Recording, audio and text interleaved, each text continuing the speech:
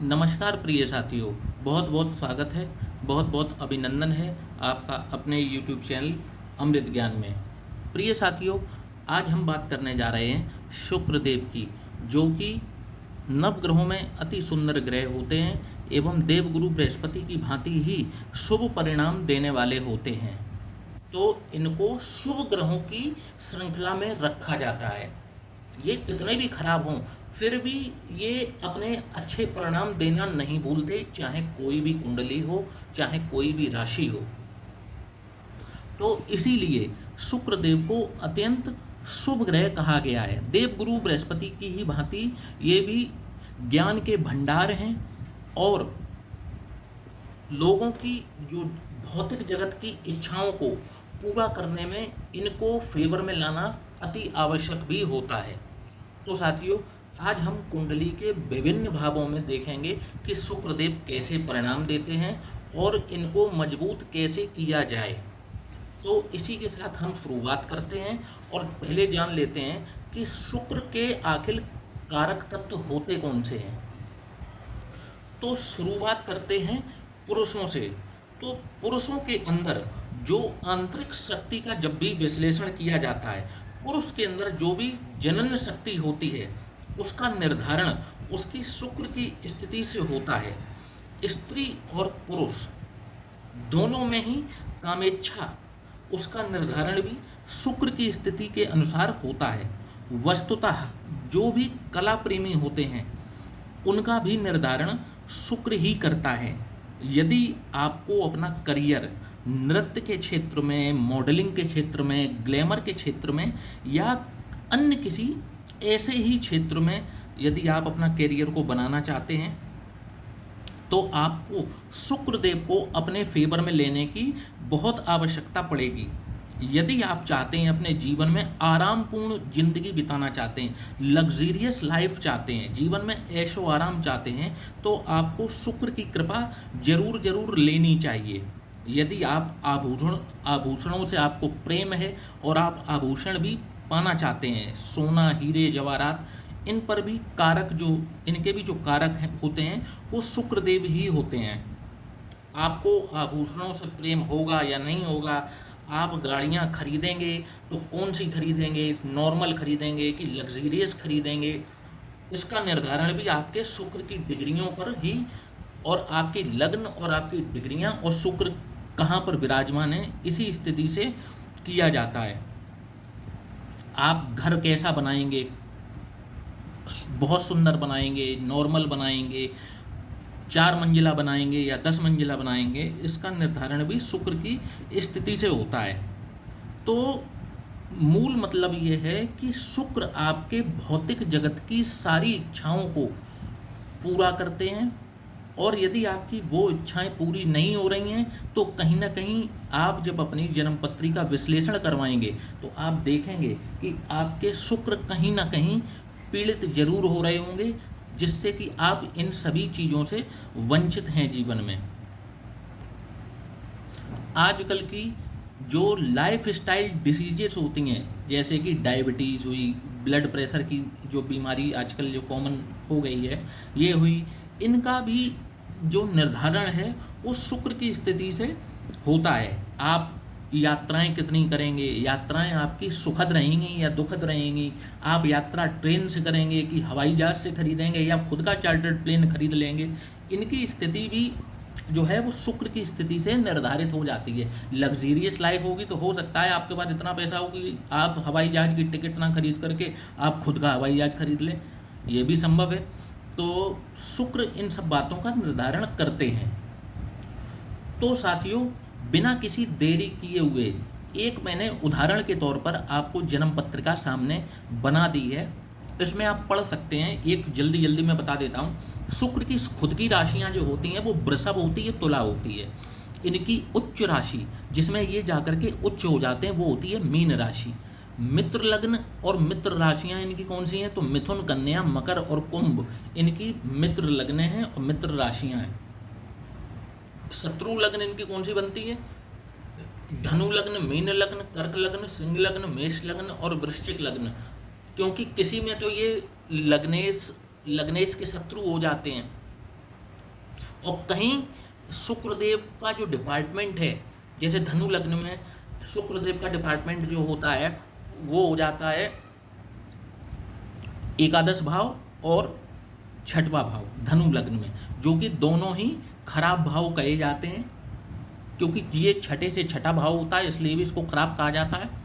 तो शुक्र इसमें डिपार्टमेंट अच्छा नहीं है, और ये जो धनु लग्न में लग्नेश गुरु बनते हैं उनके ये परम शत्रु होते हैं। तो इसलिए मैंने उदाहरण के तौर पर ये सब 6 लग्नें बना दी हैं, इनके शुक्र शत्रु होते हैं और ये इनके मित्र लग्न हैं, इनके जो स्वामी हैं वो शुक्र के मित्र होते हैं। अब इन पर मैं अलग से एक वीडियो बना दूंगा आपके लिए। तो आइए शुरुआत करते हैं। यदि शुक्रदेव लग्न में ही विराजमान हो जाएं, पहले प्रथम भाव में विराजमान हो जाएं, तो कैसा परिणाम देते हुए देखे जाते हैं। तो साथियों, जब भी शुक्रदेव प्रथम भाव में विराजमान होते हैं तो ऐसे व्यक्ति को दीर्घायु प्राप्त होती है।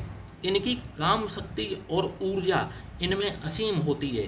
इनकी यदि पूरी लाइफ की बात करें तो ये एक लग्जीरियस लाइफ इनके खाते में अवश्य आती है। लग्जीरियस लाइफ इनकी कितनी भी हो सकती है, हो सकता है ये 10 करोड़ के व्यक्ति हों, उसमें ये ऐसो आराम से जी रहे हो सकता है ये 100 करोड़ के हों, 1000 करोड़ के हों।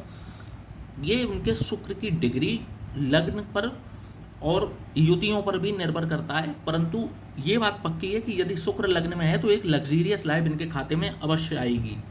सरकार से इनको निरंतर किसी न किसी प्रकार का लाभ जरूर मिलता है, और ये बहुत ही स्पष्ट वक्ता होते हैं, मुंह पर बोलने वाले होते हैं, हृदय में कुछ भी नहीं रखते, बहुत ही आकर्षक बोलते हैं और लोग इनको सुनना भी पसंद करते हैं। स्थान से इनको बहुत दूर जाकर के ही इनको अवसर प्राप्त होते हैं और इनको तरक्की दोनों मिल जाते हैं। अब बात कर लेते हैं, यदि शुक्रदेव द्वितीय भाव में विराजमान हो जाएं, जो कि धन कुटुंब और वाणी का भाव है, तो जब भी शुक्रदेव द्वितीय भाव में विराजमान होंगे तो ऐसा व्यक्ति जो है वो धन कमाएगा भी खूब और साथ ही धन खर्च भी बहुत ज़्यादा करेगा। एक उदारवादी व्यक्तित्व का मालिक होता है, परोपकारी होता है। खर्च करते समय वह किसी भी चीज़ की परवाह नहीं करता। खाने पीने का बहुत ही शौकीन होता है, और ख़ास बात की जाए तो मीठा खाने का बहुत ज़्यादा शौकीन होता है।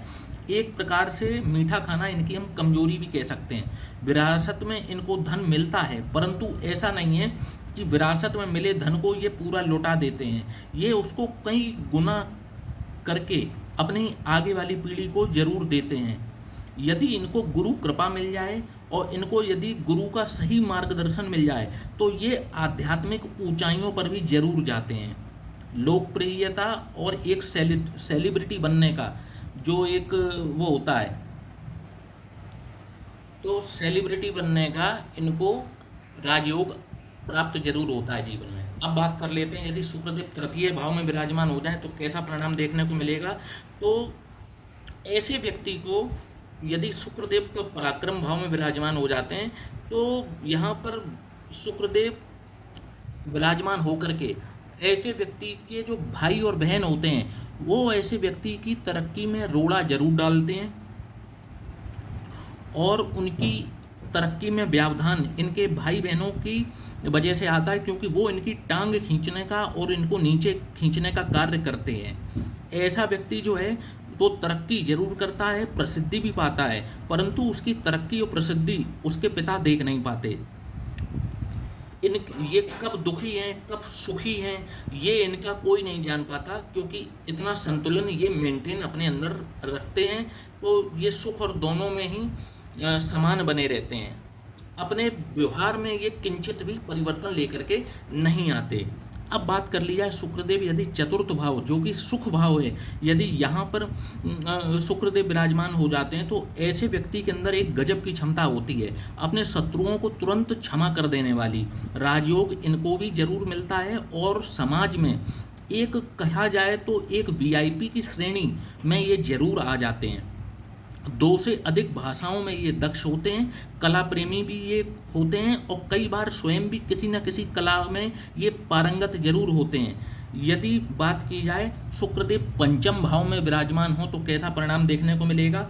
तो जब भी शुक्रदेव पंचम भाव में विराजमान होंगे तो ऐसा व्यक्ति जो है यदि चुनावी राजनीति में उतर जाए और उसमें अपना जो है लक्ष्य को आजमाए, तो ऐसा व्यक्ति राजनीति के क्षेत्र में सफलता अवश्य प्राप्त कर लेता है। झूठे आरोप इन पर समय समय पर लगते रहते हैं, खर्चीले ये भी बहुत ज़्यादा होते हैं, और अपने बच्चों के लिए ये गुणों के साथ साथ धन की भी बहुत बड़ी विरासत छोड़ करके जाते हैं। पंचम भाव का शुक्र व्यक्ति को बहुत ही चरित्रवान भी बनाता है। अब बात कर लें, यदि शुक्रदेव छठवें भाव में विराजमान हो तो कैसा परिणाम देखने को मिलेगा। तो यदि ठीक से कुंडली मिलान करके विवाह नहीं किया जाता है तो उसके दाम्पत्य जीवन संकट में पड़ जाता है, ये बात निश्चित तौर पर है। इनके बेहद खास मित्र इनको धोखा अवश्य देते हैं। सार्वजनिक रूप से इनको कहीं ना कहीं अपमान का सामना भी करना पड़ता है, और गुप्त रोग भी कभी कभी इनको सामना करना पड़ जाता है। अब बात की जाए, यदि शुक्रदेव सप्तम भाव में विराजमान हो जाएं तो कैसा परिणाम देखने को मिलेगा। तो ऐसे व्यक्ति को दाम्पत्य सुख तो अवश्य मिलता है, और उसका जीवन साथी भी उसकी पसंद का होता है, और उसकी केयर करने वाला होता है, सम्मान करने वाला होता है। परंतु 40 वर्ष की आयु के पश्चात इन दोनों ही पति और पत्नी को किसी न किसी प्रकार की ब्लड प्रेशर से संबंधित या शुगर से संबंधित समस्या जरूर आने लगती है। यदि नौकरी में है तो इनको अपने बॉस से कभी नहीं बनती, और ये अपना दाम्पत्य जीवन तो बचा लेते हैं, परंतु इनके ससुराल से इनके स्वयं के संबंध खतरे में पड़ जाते हैं। अब साथियों बात की जाए, यदि शुक्रदेव अष्टम भाव में विराजमान है तो कैसा परिणाम देखने को मिलेगा। तो ऐसा व्यक्ति जो होगा वो एक NRI कहलाता है, अर्थात रहने वाला तो भारत का होता है परंतु बाहर जाकर के बस जाता है। अकूत संपत्ति भी ये स्वयं ही अर्जित कर लेते हैं, और कहा जाए यदि तो अपने शुरुआती दिनों में ये जो है नौकरी करते हैं, बाद में नौकरी से त्यागपत्र दे करके ये अपना व्यापार आरंभ कर लेते हैं, और अपनी किस्मत जो है ये अपने व्यापार से लिखते हैं, और इनकी किस्मत आसमान तक लेकर के जरूर जाती है। इनकी प्रैक्टिकल अप्रोच होती है, और डिसीजन लेने में ये जो है अपने दिल का नहीं बल्कि दिमाग का इस्तेमाल करते हैं। इनकी एजुकेशन टेक्निकल फील्ड में होती है, और अपनी पहली गाड़ी और पहला घर ये बहुत ही कम उम्र में स्वयं अर्जित कर लेते हैं। अब यदि शुक्रदेव नवम भाव जो कि भाग्य का भाव है, यहाँ पर शुक्रदेव विराजमान है, तो ऐसा व्यक्ति आस्तिक होता है, धार्मिक होता है, धर्म में उसको बहुत ज़्यादा रुचि होती है। वह यदि स्त्री है तो उसको आभूषणों से बहुत ज़्यादा प्रेम होता है। ये आसानी से किसी न किसी चीज़ को ज़रूर सीखते रहते हैं, जिसको कि हम कहें कि अपडेटेड होते रहते हैं, और अपने व्यक्तित्व को बढ़ाते रहते हैं। तो इसमें किसी भी प्रकार का कुछ भी गलत नहीं होगा। अपने घर का बहुत ज़्यादा ख्याल रखते हैं, साज सज्जा सजावट और अपने घर की सुरक्षा को लेकर के ये हमेशा चिंतित रहते हैं। अब यदि बात की जाए, शुक्रदेव दशम भाव में विराजमान हो जाएं तो कैसा परिणाम देखने को मिलेगा। तो ऐसा व्यक्ति जो है अत्यंत कला प्रेमी होता है, और कला के शिखर पर जरूर पहुंचता है। ऐसे बहुत से सेलिब्रिटीज़ हैं जो हॉलीवुड में हैं या बॉलीवुड में हैं, और उनके इसी स्थान जो कि दशम भाव है, यहाँ पर शुक्रदेव विराजमान कई बार देखे गए हैं। अपने एक एक अवगुणों को ये अपने ज्ञान से हटाते चले जाते हैं, और अपने व्यक्तित्व को निरंतर निखारते रहते हैं। तो इनको भी यहाँ पर शुक्रदेव जो है अत्यंत राजयोग की स्थिति निर्माण करते हुए इनको एक विलासी जीवन देने का कार्य अवश्य करते हैं। अब बात की जाए, शुक्रदेव यदि एकादश भाव में विराजमान हो तो कैसा परिणाम देखने को मिलेगा। तो अगर देखा जाए तो जब भी शुक्रदेव 11वें भाव में विराजमान होंगे, तो शुक्रदेव जब भी 11वें भाव में विराजमान होते हैं तो इनके दाम्पत्य जीवन में ससुराल की घुसपैठ के कारण इनका दाम्पत्य जीवन जो है वो खटाई में पड़ जाता है, और कई बार तो देखा गया है कि तलाक तक की नौबत आ जाती है।